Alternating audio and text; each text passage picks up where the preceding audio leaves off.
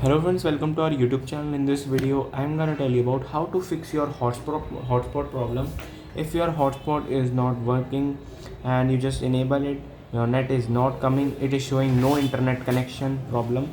So how you can fix it in your AI Plus smartphone. Before watching this video, if you have not subscribed to our YouTube channel, then subscribe to it and like our video. So let's start friends. First friends, you have to just open your settings like this. Then friends, you have to just reset your password first. I'm showing you how you can. So first, in the search bar you have to write here hotspot password. Tap on it. Here it is, the hotspot password. You have to remove it and make a new 8 digit minimum password. Then click on OK, and you can see speed and compatibility. So if you want high speed data from your hotspot, you can just increase it by 2.4 gigahertz to 5 gigahertz.